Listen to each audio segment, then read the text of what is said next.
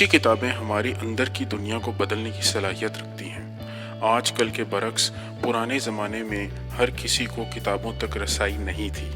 کتابیں ہمیں امیجنیشن کی دنیا میں لے جاتی ہیں، اور اس دنیا میں سیکھے ہوئے لیسنز ہماری پریکٹیکل زندگی میں بھی اتنے ہی مفید ہو سکتے ہیں۔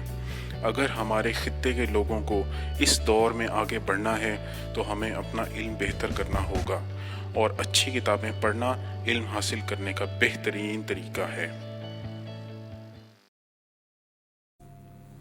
یہ 4000 سال پرانی کہانی ہے۔ یہ دیوی دیوتاؤں اور انسانوں کی کہانی ہے۔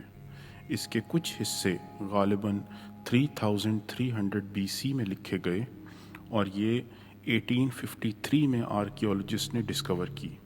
اس کتاب کا نام ہے دی ایپک آف گلگمیش۔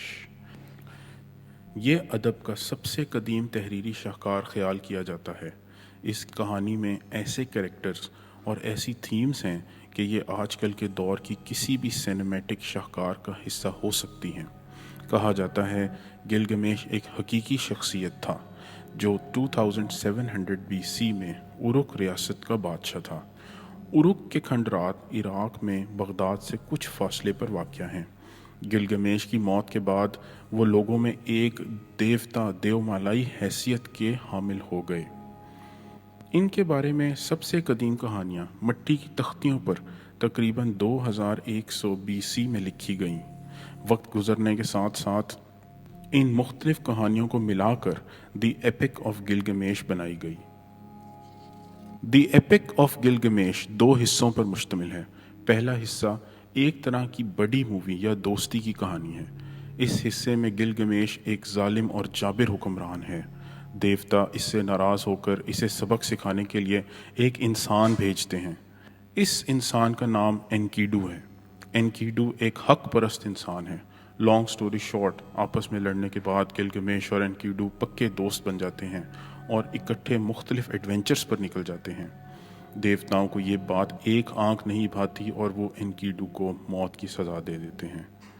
گلگمیش سخت غمزدہ ہو جاتا ہے اور اپنی موت کے بارے میں سوچنے لگتا ہے۔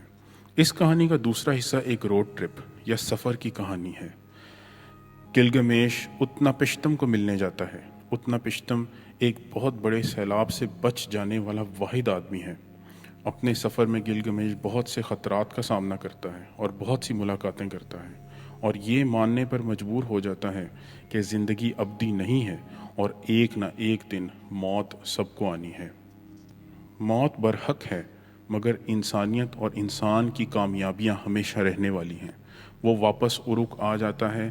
اب وہ ایک بدلا ہوا اور سمجھدار حکمران بن گیا ہے جس کو اس کے لوگ اور آنے والے زمانوں کے لوگ یاد رکھیں گے۔ دی ایپک آف گلگمیش کے موضوعات دوستی، موت اور خود شناسی کا سفر ہیں۔ ان تھیمز کی جھلک ہر دور کے ادب میں ملتی ہے۔ یہاں تک بھی کہا جاتا ہے کہ بائبل کے اولڈ ٹیسٹمنٹ اور ہومر کی ایلیاڈ اور اوڈیسی بھی ایپک آف گلگمیش سے انفلوئنس ہوئے۔ دی ایپک آف گلگمیش آج تک دریافت ہونے والی تحریری کتابوں میں سب سے پرانی ہے۔ ایک اور انٹرسٹنگ فیکٹ یہ ہے کہ اس کے متن میں بار بار ریپیٹ ہونے والے جملے ہیں۔ یہ اس بات کی نشاندہی کرتے ہیں کہ غالباً ان کہانیوں کا اوریجن گلگمیش کے زمانے سے ہے، جب کہانیاں سنائی جاتی تھیں اور قصہ گوئی عام تھی۔